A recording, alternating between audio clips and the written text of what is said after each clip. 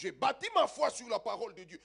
Le béton qui me soutient, le fondement qui me soutient, c'est la parole de Dieu. Sans la parole de Dieu, je ne peux pas me mettre debout pour proclamer des paroles. Sans la parole de Dieu, je ne peux pas croire que je peux renverser le diable. Sans la parole de Dieu, je ne peux pas croire que le monde a été créé par Dieu. Ça, c'est le fondement. Mais si maintenant je veux agir, recevoir les choses, l'action que je vais faire, je suis fondé sur la parole, mais l'action, c'est avec mes paroles. Amen. Donc, tu as une responsabilité au niveau de ta foi. Si toi tu n'agis pas, il y a des choses où vous croyez que Dieu va faire pour vous. Or, Dieu, lui, il a sa responsabilité. Le diable a sa responsabilité. Le pasteur a sa responsabilité.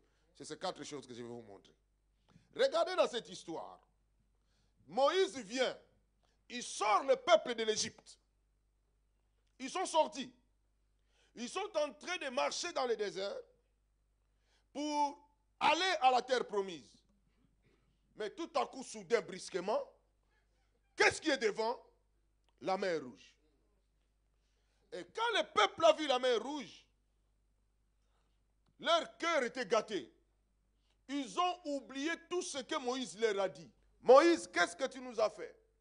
Tu nous as menti. Tu nous as menti, Moïse.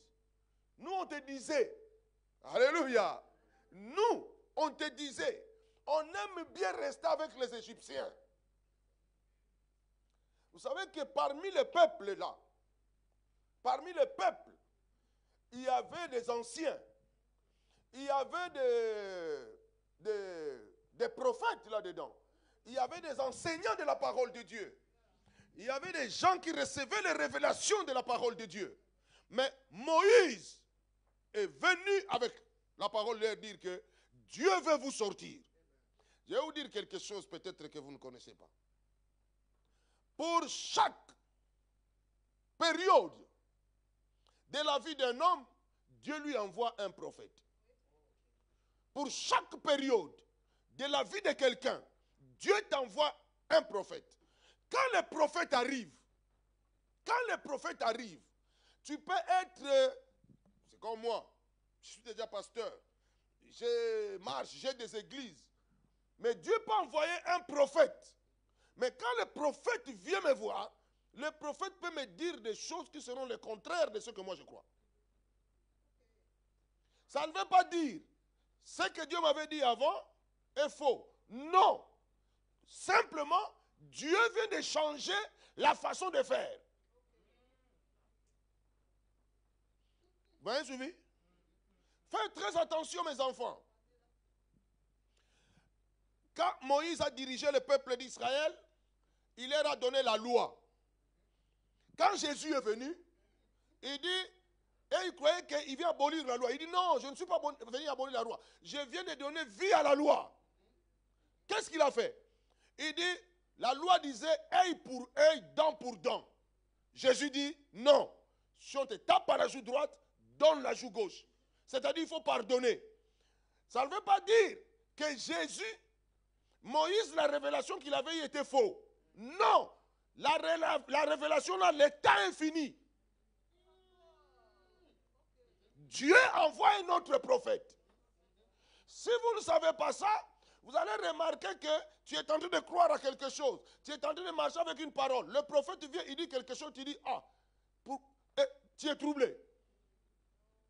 Tu es troublé pourquoi? Mais parce que tu es un enfant. Tu n'as pas encore compris la révélation. Quand le prophète vient te donner la chose que tu as besoin à ce moment-là pour marcher. Vous avez suivi? On peut te dire, boire l'alcool est un péché. Tu as marché comme ça pendant 30 ans. Le prophète vient, il te dit non. Pour ta santé, ce que tu as là, tu peux boire l'alcool. L'alcool va te guérir. Mais or, toi, pendant 30 ans, on t'a dit de ne pas boire l'alcool. C'est pourquoi tu vois les gens sont arrêtés sur la parole que Paul a dit à Timothée que pour ton estomac, tu peux prendre un peu de vin. Et tout le monde a eu l'estomac.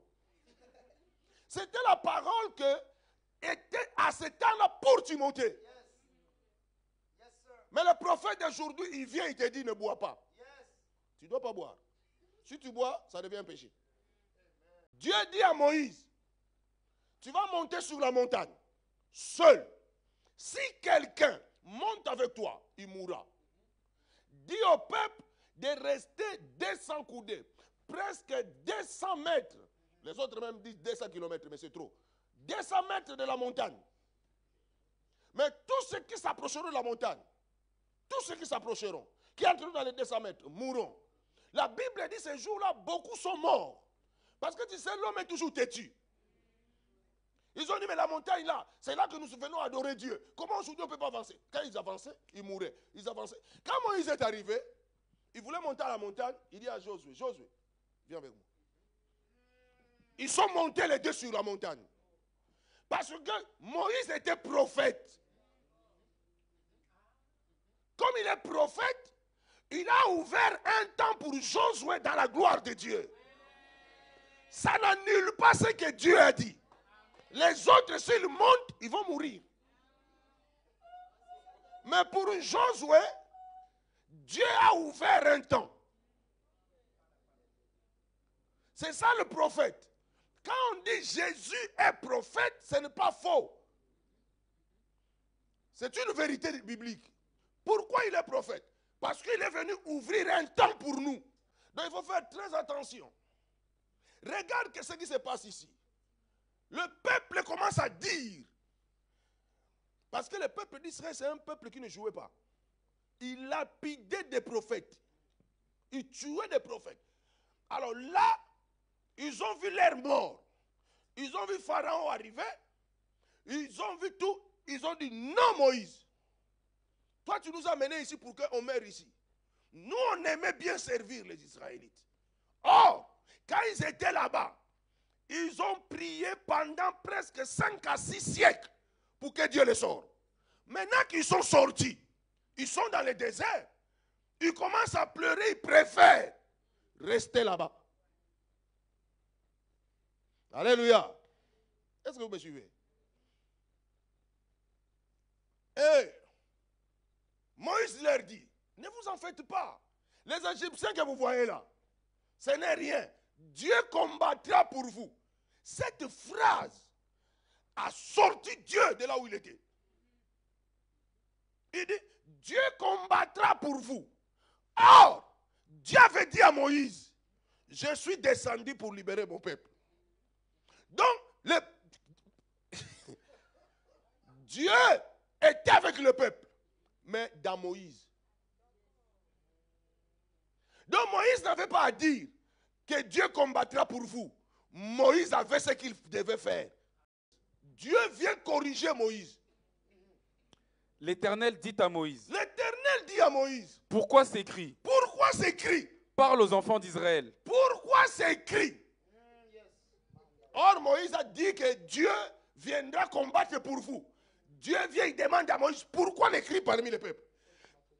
C'est-à-dire, dans ta version dit quoi? Pourquoi tu m'appelles au secours? Pourquoi tu m'appelles au secours? C'est-à-dire pour Dieu, Moïse n'avait pas à l'appeler. Parce que Dieu lui avait déjà donné la solution. Quand Dieu envoie un prophète, il lui envoie avec la solution. Quand vous venez à l'église, quand je te dis, change telle chose pour que tu deviennes ça, je ne te supplie pas. Je te dis ce que Dieu te dit de faire.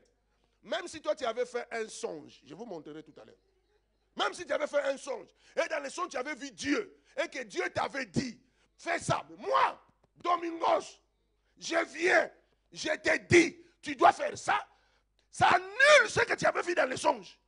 Parce que ce que moi je te dis, c'est Dieu qui te parle directement. Vous avez fait pécher beaucoup de prophètes. Parce que les prophètes, à un moment, ils veulent être gentils avec le peuple. Veulent dire ce que le peuple va faire la joie dans le peuple. Pour que le peuple l'acclame. Moi, je n'ai pas besoin que vous m'acclamez. Pourquoi est-ce que tu m'appelles au secours? Pourquoi tu m'appelles au secours? Moïse, Je t'ai envoyé. Pourquoi aujourd'hui, Moïse, tu m'appelles au secours? Pourquoi? Il y a des moments quand vous appelez Dieu, vous n'avez pas besoin de l'appeler. Parce qu'il vous a déjà donné la solution. Regarde maintenant, Dieu va montrer à Moïse comment Dieu fonctionne. Finis la phrase d'abord. Pourquoi est-ce que tu m'appelles au secours? Oui. Dis aux Israélites de se mettre en marche. Dis aux Israélites de se mettre en marche. Dans ta version, dit quoi? Parle aux enfants d'Israël Parle aux enfants d'Israël et qu'ils marchent. et qu'ils marchent. Je n'ai jamais dit qu'ils s'arrêtent. Je t'avais dit d'aller les sortir et qu'ils aillent à la terre promise. Mais pourquoi il y a des bruits? Dieu ne voit même pas qu'il y a la mer rouge devant. Il y a des moments, c'est que toi tu vois. Dieu ne le voit pas. Parce que dans les plans qu'il a tracés pour toi, cette chose n'existe pas. Cette chose, c'est l'ennemi qui les met parce que tes yeux humains, ta façon humaine. Je vous ai prêché ici, je vous ai donné Ésaïe 55. On a dit dans la parole de vie, Dieu a sa façon de faire.